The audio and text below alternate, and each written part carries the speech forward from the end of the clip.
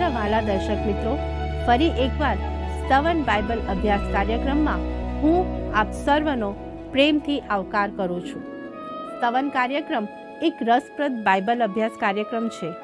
મિત્રો, આજે આપણે ઉત્પત્તિ 4 તેની 1 થી 7 વચનોના અભ્યાસ પર આપણું ધ્યાન કેન્દ્રિત કરીશું.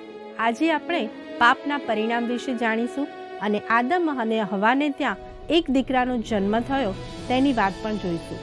તે સાથે પાપને કારણે આપણે જે સંઘર્ષ કરવો પડે છે અને સહન કરવું પડે છે તે વિશે પણ જોઈશું. મિત્રો, જો અમારો આ કાર્યક્રમ આપ નિહાળી રહ્યા છો તો ટીવી સ્ક્રીન પર આપેલા નંબર પર એક મિસ કોલ જરૂરથી કરશો. તો આવો આજના અભ્યાસનો પ્રારંભ કરીએ.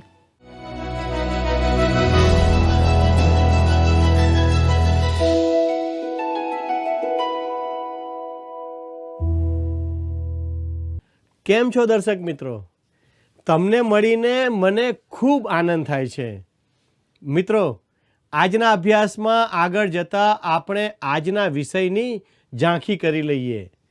આજનો વિષય છે કાઈન અને હાબેલનો જન્મ. ઈશ્વર કાઈનને બીજી તક આપે છે. કાઈન હાબેલની હત્યા કરે છે. કાઈનના સંતાનો અને ઈશ્વરવિહીન સંસ્કૃતિ અને શેતનો જન્મ. વાલા દર્શક મિત્રો, ઉત્પત્તિના 3 અધ્યાયમાં આપણને પાપનું મૂળ જોવા મળે છે અને ઉત્પત્તિના 4 અધ્યાયમાં આપણને પાપનું ફળ જોવા મળે છે.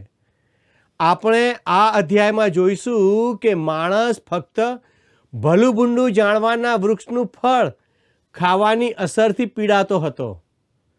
મિત્રો, અધ્યાય 4 દર્શાવે છે કે માણસ તેના અવિશ્વાસ અને અનાજ્ઞાકિતતાને કારણે ઈશ્વરથી દૂર ગયો અને તેણે એ રીતે પાપ કર્યું કે તે પોતાના પર અને તેની જાતિ પર તેની શિક્ષા લાવ્યો. કારણ કે મારામાં અને તમારામાં તેવો જ સ્વભાવ છે. ખરું ને મિત્રો?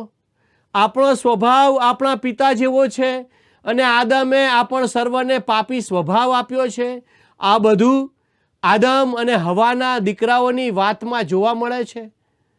તેઓને આ ઉપરાંત પણ બીજા બાળકો હતા, પણ આ સમયે આપણને ફક્ત આ 2 દીકરાઓ વિશે જણાવવામાં આવ્યું છે.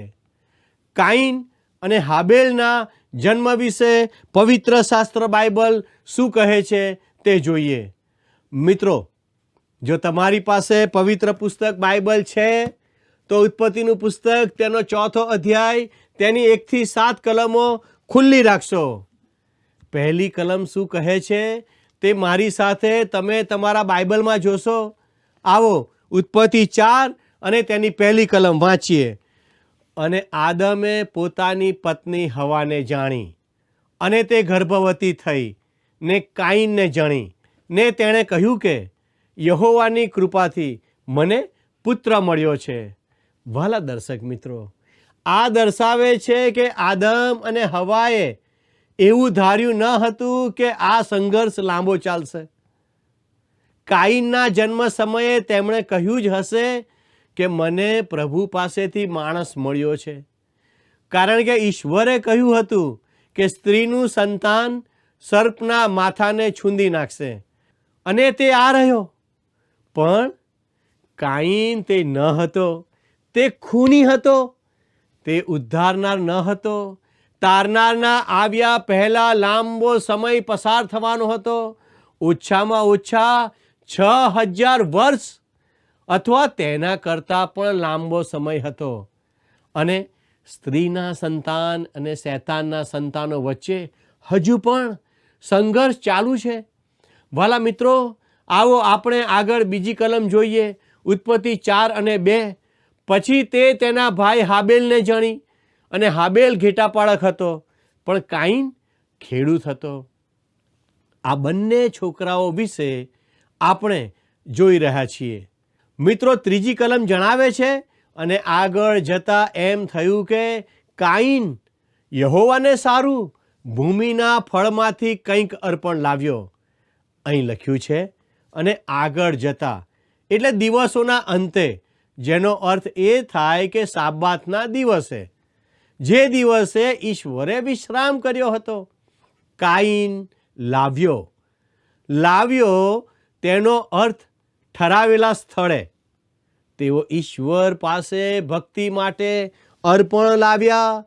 આ બધું સૂચવે છે કે તેમને જે પ્રમાણે જાહેર કરવામાં આવ્યું હતું તે પ્રમાણે, કેમ કે હિબ્રુઓનો પત્ર 11મો અધ્યાય અને 4થી કલમમાં આપણે વાંચીએ છીએ કે વિશ્વાસથી હાબેલે કાઈનના કરતાં વધારે સારું બલિદાન દેવને આપ્યું, તેથી તે ન્યાયી છે એવી તેના સંબંધમાં સાક્ષી પૂરવામાં આવી.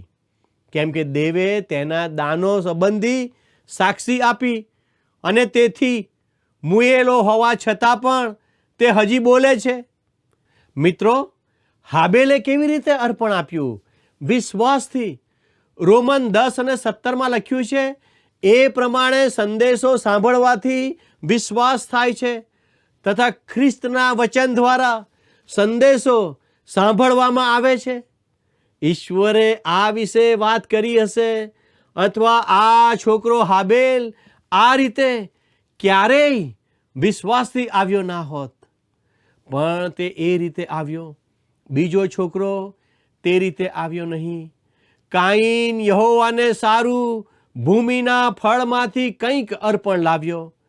ફળ લાવવામાં કશું ખોટું નથી, પણ એવું ના વિચારશો કે તે વધારાનું કશું લાવ્યો હતો. પ્રિય મિત્રો, હું માનું છું કે તે જે ફળ લાવ્યો હતો તે કોઈ પણ રાજ્ય કે દેશના ફળના પ્રદર્શનમાં ઇનામ જીત્યું હોત. તે ઈશ્વરને અર્પણ કરવા તેના સુંદર સ્વાદિષ્ટ ફળોમાંથી શ્રેષ્ઠ હતા તે લાવ્યો હતો. વાલા મિત્રો, ઉત્પત્તિ 4 અને 5 કલમ જણાવે છે, અને હાબેલ પણ પોતાના ઘેટા બકરામાંના પહેલા જન્મેલા તથા પુષ્ટ લાવ્યો, અને યહોવાએ હાબેલને તથા તેના અર્પણને માન્ય કર્યા, પણ કાઈનને તથા તેના અર્પણને માન્ય કર્યા નહીં. માટે કાઈનને બહુ રોષ ચડ્યો ને તેનું મોં ઉતરી ગયું. વહાલા દર્શક મિત્રો, અહીં ઘણા કહેશે કે કાઈને જે કર્યું તેમાં કશું ખોટું કર્યું હોય તેમ મને લાગતું નથી. ખરું ને? મિત્રો, યહૂદાના પત્રના 11મા વચનમાં ધર્મ ત્યાગ વિશે જણાવતા લેખક કહે છે કે તેઓ કાઈનને માર્ગે ચાલ્યા. મિત્રો, કાઈનનો માર્ગ શું હતો? જ્યારે કાઈન અર્પણ લાવ્યો ત્યારે તે વિશ્વાસ વગર લાવ્યો, અથવા તે પોતાની રીતે લાવ્યો. તે જે અર્પણ લાવ્યો તે માનવ જાતમાં ભૂંડાય છે તેનો નકાર કરતું હતું. ઈશ્વરે કહ્યું, પેલું નાનું લોહીનું બલિદાન જે જગતમાં આવનાર ઉદ્ધારક તરફ નિશાની કરે છે તે લાવજે, તે ધોરણે લાવજે, અને તારા હાથના કાર્યોની ઉપજ લાવતો નહીં. વાલા દર્શક મિત્રો, કાઈનનું બલિદાન માણસ ઈશ્વરથી અલગ પડી ગયો છે તેનો નકાર કરતું હતું. તેણે એવો વર્તાવ કર્યો કે બધું બરાબર છે. મુક્ત વિચારસરણી તેવું જ જણાવે છે કે ઈશ્વર વૈશ્વિક પિતા છે અને સમગ્ર માનવજાત વૈશ્વિક બંધુત્વથી જોડાયેલા છે. મારા મિત્ર, આજે આપણી સાથે બધું જ બરાબર નથી. આપણે ઈશ્વરના બાળકો તરીકે જન્મ્યા નથી, પણ આપણે ઈશ્વરના ખરા બાળક બનવા નવો જન્મ પામવાની જરૂર છે, કારણ માણસ ઈશ્વરથી અલગ થઈ ગયો છે. કાઈને તે સ્વીકારવાની ના કહી, અને આજે લાખો લોકો તેવું જ કરે છે. ત્રીજી બાબત એ છે કે કાઈનના અર્પણે તે વાતનો નકાર કર્યો કે માણસ ઈશ્વરને તેના કર્મોનું અર્પણ કરી શકે છે. કાઈને વિચાર્યું કે તેવું કરી શકે છે, પણ તીતસ 3 અને 5માં પવિત્ર શાસ્ત્ર બાઇબલ જણાવે છે કે ત્યારે આપણા પોતાના કરેલા ન્યાયપણામાંના કૃત્યોથી નહીં, પણ તેની દયાથી, પુનર્જન્મના સ્નાનથી તથા પવિત્ર આત્માથી થયેલા નવીનીકરણથી તેણે આપણને તાર્યા. પ્રિય મિત્રો, કાઈન અને હાબેલ વચ્ચે તેમના ચરિત્ર અંગે ફેરફાર ન હતો, પણ તેઓ જે અર્પણ લાવ્યા તે વિશેનો હતો. આ બંને છોકરાઓની પાશ્ચાત્ય ભૂમિકા સરખી હતી. તેઓ આનુવંશિક રીતે એક સમાન હતા.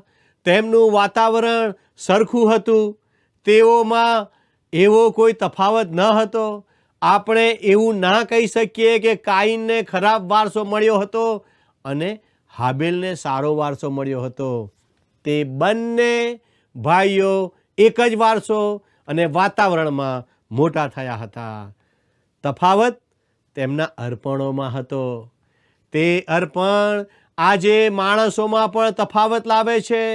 કોઈ માણસ એવું કહી શકતો નથી કે તે બીજા બધા કરતાં સારો છે. કોઈ પણ માણસ વિશ્વાસી ત્યારે બને છે જ્યારે તે સ્વીકારે છે કે તે બીજા બધા જેવો પાપી છે અને તેને અર્પણની જરૂર છે કે તેને બદલે બીજું કોઈ તેને માટે મરણ પામે. પવિત્ર શાસ્ત્ર બાઇબલમાં સંત પાઉલ રોમન 3:25 ઈસુ ખ્રિસ્ત માટે કહે છે કે દેવે તેને તેના રક્ત પરના વિશ્વાસથી પ્રાયશ્ચિત થવા માટે ઠરાવ્યો, જેથી દેવની સહનશીલતાથી અગાઉ થયેલા પાપની દરગુજર થઈ તે વિશે દેવ પોતાનું ન્યાયપણું દેખાડે. ભાલા મિત્રો, રોમન 10:3 સંત પાઉલ વધુ લખે છે, કેમ કે દેવના ન્યાયપણા વિશે આ જ્ઞાન હોવાથી અને પોતાના ન્યાયપણાને સ્થાપન કરવાને યત્ન કરીને તેઓ દેવના ન્યાયપણાને આધીન થયા નહીં. પ્રિય મિત્રો, આજના લાખો લોકોનું ચિત્ર છે. તેઓ ધર્મ દ્વારા પ્રયાસ કરીને અથવા મંડળીમાં જોડાઈને ઈશ્વર તેમનો સ્વીકાર કરે તેવો પ્રયાસ કરે છે. ઈશ્વરનું ન્યાયપણું ફક્ત તમારી પાસે જ આવી શકે છે, કેમ કે તે સંપૂર્ણ ન્યાયપણું હોવું જ જોઈએ અને ખ્રિસ્ત મારફતે તે તમને મળે છે. રોમન 4:25 કહે છે, તેને આપણા અપરાધોને લીધે પરાધીન કરવામાં આવ્યો અને આપણા ન્યાયીકરણને માટે તેને ઉઠાડવામાં આવ્યો. તેનો અર્થ કે ઈસુને આપણા ન્યાયપણા માટે ઉઠાડવામાં આવ્યા. તેમણે આપણી જગ્યા લીધી. 2 કોરિન્થી 5:21 સંત પાઉલ લખે છે, આપણે તેનામાં દેવના ન્યાયપણા રૂપ થઈએ. માટે જેણે પાપ જાણ્યું નહોતું તેને તેણે આપણે વાસ્તે પાપરૂપ કર્યો. મિત્રો, ફિલિપી 3:8-9 તે જણાવે છે કે જેથી હું ખ્રિસ્તને પ્રાપ્ત કરું અને તેની સાથે એકરૂપ થાવ અને નિયમશાસ્ત્રના પાલનથી મારું જે ન્યાયપણું છે તે નહીં, પણ ખ્રિસ્ત પરના વિશ્વાસ દ્વારા ઈશ્વરથી જે ન્યાયપણું વિશ્વાસથી મળે છે તે મારું થાય. પ્રિય મિત્રો, કાઈનનું ન્યાયપણું તેનું પોતાનું ન્યાયપણું હતું. હાબેલનું ન્યાયપણું ખ્રિસ્તના બલિદાનમાં વિશ્વાસ કરનાર અર્પણથી હતું. આપણે જોયું કે કાઈન અને હાબેલ બંને સાથે ઈશ્વરની ભક્તિ કરવા આવ્યા. આ બંને છોકરાઓ સમાન હતા. હું માનું છું કે તેઓ જોડિયા કરતાં પણ વધુ સમાન હતા. તેમનામાં વહેતું લોહી બીજા કોઈના મિશ્રણ વગરનું હતું. તેઓ આદમ અને હવાના પુત્રો હતા. આમ છતાં તે બંનેમાં મોટો તફાવત હતો. તે જરૂરી નથી કે તે તેમના ચારિત્રનો હોય. એકનો સ્વીકાર થયો કારણ કે તે વિશ્વાસપૂર્વક લાવ્યો. બીજો એટલે કાઈન ઈશ્વરના કોઈ પણ પ્રકારના સ્વીકાર વગર અર્પણ લાવ્યો. તેમ છતાં ઈશ્વર કાઈનને બીજી તક આપે છે. મિત્રો, તમે જુઓ, 4થો અધ્યાય તેની 6 અને 7 કલમ, ઉત્પત્તિ 4, 6 અને 7 આ પ્રમાણે કહે છે, અને યહોવાએ કાઈનને કહ્યું કે તને કેમ રોષ ચડ્યો છે અને તારું મોં કેમ ઉતરી ગયું છે? જો તું સારું કરે તો તું માન્ય નહીં થશે શું? પણ જો સારું ન કરે તો પાપ તારે દ્વારે સંતાઈ રહે છે અને તારી તરફ તેની ઈચ્છા થશે ને તે પર તું ધણીપણું કરશે. વાલાઓ, કાઈન કેમ ગુસ્સે થયો? તે એટલો બધો ગુસ્સે થયો કે તે પોતાના ભાઈની હત્યા કરવા આગળ વધે છે. મિત્રો, અગાઉથી ઘડેલા કાવતરા પ્રમાણે કરેલી હત્યા પાછળ પણ હંમેશા ગુસ્સો રહેલો છે. આપણા પ્રભુએ કીધું કે જો તમે તમારા ભાઈ પર કારણ વગર ગુસ્સે થાવ છો તો તમે હત્યાના દોષી છો. ગુસ્સા પાછળ અદેખાઈ હોય છે અને અદેખાઈ પાછળ અભિમાન હોય છે. જેઓમાં આત્મિકતાનું અભિમાન હોય છે તેઓમાં પાપની સભાનતા હોતી નથી. વાલા દર્શક મિત્રો, યાકૂબ 1:15 લખ્યું છે, પછી દુર્વાસના ગર્ભ ધરીને પાપને જન્મ આપે છે અને પાપ પરિપક્વ થઈને મોતને ઉપજાવે છે. કાઈનનો ગુસ્સો તેને હત્યા સુધી દોરી ગયો, પણ તેના ગુસ્સા પાછળ તેની અદેખાઈ અને તેનું અભિમાન હતા. વાલા દર્શક મિત્રો, ઈશ્વર કાઈનને કહે છે, જો તું સારું કરે તો તું માન્ય નહીં થશે શું? ખરેખર તેના અર્થનો સારો અનુવાદ આવો કરાય, શું તારામાં શ્રેષ્ઠ આવડત નથી?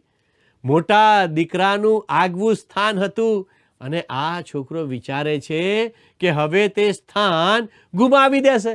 ઈશ્વરે તેને કીધું, જો તું શ્રેષ્ઠ કરશે તો તે સ્થાન ગુમાવવાનું કોઈ કારણ નથી. સારું કરવાનો અર્થ ઈશ્વરે હાબેલ પાસેથી જે સ્વીકાર્યું તેવું બલિદાન અને પોતે પાપી છે તેવો સ્વીકાર કરવો. પણ આ છોકરો તો ગુસ્સે થયો. મિત્રો, આગળ લખ્યું છે, પાપ તારે દ્વારે સંતાઈ રહે છે. કેટલાક તેનો એવો ખુલાસો કરે છે કે પાપાર્થાર્પણ તારા દરવાજામાં પડ્યું છે, એટલે કે નાનું ઘેટું તારા દરવાજામાં સૂતું છે. તે અર્થસભર છે અને સાચું છે, પણ હું નથી માનતો કે તે પાપાર્થાર્પણ છે. આ સમયે અને તે પહેલાંના સમયમાં કદાચ મૂસા સુધી ઈશ્વરના વચનને આધારે હું તમને જણાવવા માંગુ છું, કોઈ પાપાર્થાર્પણ ન હતું. પાપાર્થાર્પણને લગતા સૂચનો તમને લેવીયના પુસ્તકમાં જોવા મળે છે. તે પુસ્તકના પ્રથમ ભાગમાં 5 અર્પણો વિશે જણાવવામાં આવ્યું છે અને પાપાર્થાર્પણ તેમાંનું એક છે. જ્યાં સુધી નિયમ આપવામાં આવ્યો ન હતો ત્યાં સુધી પાપાર્થાર્પણ અસ્તિત્વમાં આવ્યું ન હતું. આ જ વાત સંત પાઉલ રોમીયોનો પત્ર 3 અધ્યાય 20મી કલમમાં કહે છે, નિયમ દ્વારા પાપ વિશે જ્ઞાન થાય છે. તે સમય સુધી જે અર્પણો લાવવામાં આવ્યા તે દહનાર પણ હતા. અય્યુબ તેના સમયમાં દહનાર પણ લાવ્યા.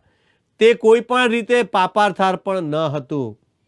મિત્રો, હું વિચારું છું કે જો તમે શાસ્ત્રમાં શોધશો તો તે તમને સાચું લાગશે. કાઈન સાચે જ જાણતો ન હતો કે તે પાપ સામે કેટલો નિર્બળ છે, જ્યારે ઈશ્વરે તેને કહ્યું કે પાપ તારે દ્વારે સંતાઈ રહે છે. મિત્રો, હું માનું છું કે તે એવું કહી રહ્યા છે કે પાપ હિંસક પ્રાણીની જેમ તારી પર તરાપ મારવા ટાપીને બેઠું છે. તે કારણસર કાઈને ઈશ્વર પાપાર્થાર્પણ તરીકે સ્વીકારે એવું, એટલે જે ખ્રિસ્ત તરફ નિશાની કરતું હોય તેવું અર્પણ કરવું જોઈએ. 1 યોહાન 3:12 લખ્યું છે, જેવો કાઈન દુષ્ટ હતો અને તેણે પોતાના ભાઈને મારી નાખ્યો, તેવા આપણે ન થવું. તેણે શા માટે તેને મારી નાખ્યો? એટલા માટે કે તેના પોતાના કામ ભૂંડા હતા અને તેના ભાઈના કામ ન્યાયી હતા. જો સારું ન કરે તો પાપ તારે દ્વારે સંતાઈ રહે છે. સારું કરવું એટલે હાબેલ જેવું દહનાર પણ લાવવું. તમે જોશો કે ઇબ્રાહીમે દહનાર પણ ચડાવ્યું, કેમ કે જ્યાં સુધી નિયમ આપવામાં આવ્યો ન હતો ત્યાં સુધી કોઈ ઉલ્લંઘન હતું નહીં. એટલે કે ત્યાં સુધી પાપ નિયમ વિરુદ્ધ ઉલ્લંઘન ન હતું. તેથી તમે જોશો કે ઈશ્વરે આ માણસ એટલે કાઈનનું રક્ષણ કર્યું. પ્રિય દર્શક મિત્રો, કાઈન અને હાબેલ બંને ભાઈઓ હતા અને બંને ઈશ્વરના માટે અર્પણ લાવ્યા. પણ હાબેલે પોતાનું શ્રેષ્ઠ ઈશ્વરને આપ્યું, તેથી તેનું અર્પણ ઈશ્વરે માન્ય કર્યું. આજે તમે પોતાના સંબંધી વિચાર કરો કે તમે ઈશ્વરને શું આપો છો? શું તમે શ્રેષ્ઠ બાબતો ઈશ્વરને આપો છો? જો તમે ઈચ્છો છો કે ઈશ્વર તમારું અર્પણ માન્ય કરે, તો હાબેલની જેમ તમારી ઉત્તમ બાબતો વિશ્વાસથી પ્રભુને માટે આપો. મિત્રો, આવો આપણે પ્રાર્થના કરીએ. વાલા પ્રભુજી, તમે મને અને મારા દર્શક મિત્રોને મદદ કરો કે અમે અમારા જીવનની શ્રેષ્ઠ બાબતો તમને અર્પણ કરી શકીએ. પવિત્ર પ્રભુ, તમે અમને મદદ કરો જેથી કરીને અમે અમારા જીવનનું અર્પણ તમને કરીએ. પ્રભુ, અમે અમારો સમય, અમારા નાણાં, અમારી વસ્તુઓ, અમારા સંબંધો, પવિત્ર પ્રભુ, અમે તમને અર્પણ કરીએ છીએ. પવિત્ર દેવ, તમને શ્રેષ્ઠ અર્પણ કરવાને માટે મને અને મારા દર્શક મિત્રોને મદદ કરો. પ્રભુ, તમે અમારા કુટુંબોને સંભાળો અને તમારી કૃપામાં રાખો. દેવ, તમે અમારી સાથેને પાસે રહો. અમારી આ પ્રાર્થના ઈસુના નામમાં માગીએ છીએ, માટે સાંભળોને સ્વીકાર કરો. આમેન.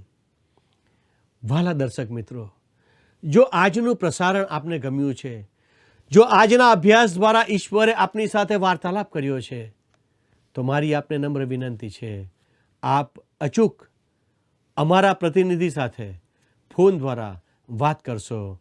ભલા દર્શક મિત્રો, અમારા પ્રતિનિધિ આપના ફોનની રાહ જોઈ રહ્યા છે.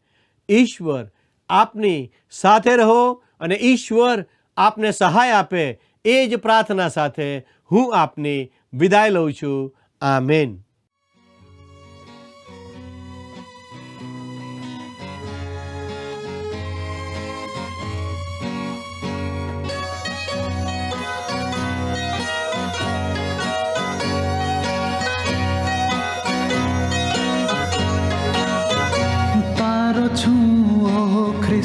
માનું તારી વાત, કાંકે તે કીધી છે પ્રિય, તો પણ આવું હું ખરા વિશ્વાસ સાથ ને તુજ પાસે રહીશની.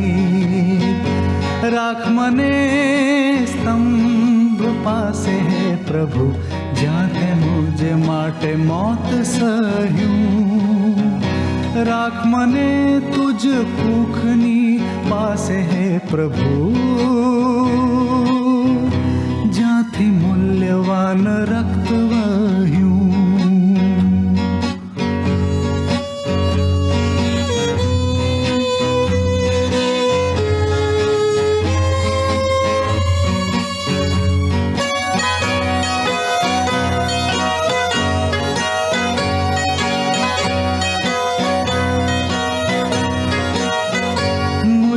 अर्पित कर तारी सेवा काज, तारी महाकृपाए.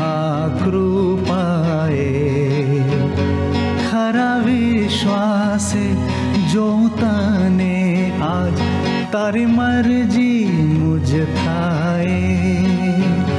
राख મને સ્તંભ પાસે હે પ્રભુ, જ્યાં તે મુજ માટે મોત સહ્યું. રાખ મને તુજ કુખની પાસે હે પ્રભુ, જ્યાંથી મૂલ્યવાન રક્ત વહ્યું.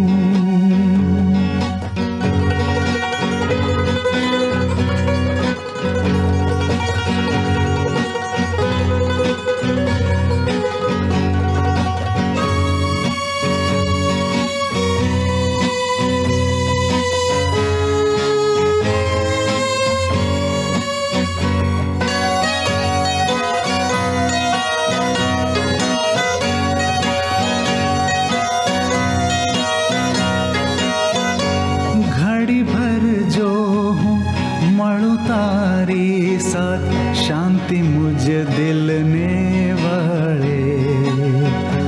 જ્યારે આરાધું તને ઓ મુજ નાથ, મળું જેમ મિત્રો મળે.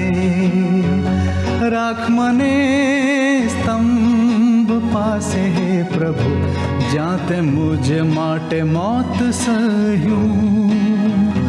રાખ મને તુજ કુખની પાસે હે પ્રભુ, જ્યાંથી મૂલ્યવાન રક્ત વહ્યું.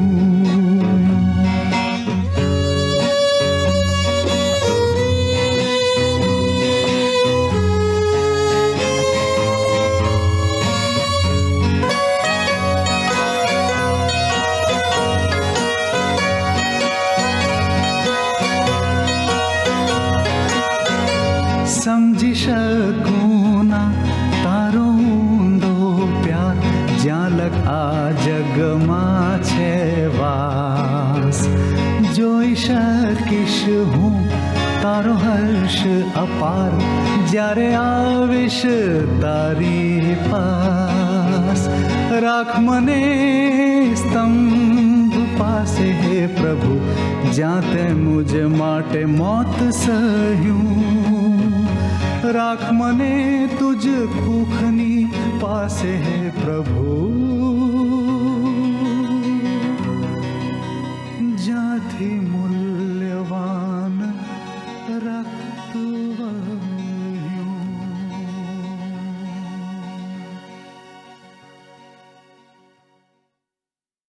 મિત્રો, આજે આપણે જોયું કે હાબેલ વિશ્વાસથી પોતાનું ઉત્તમ અર્પણ લાવ્યો.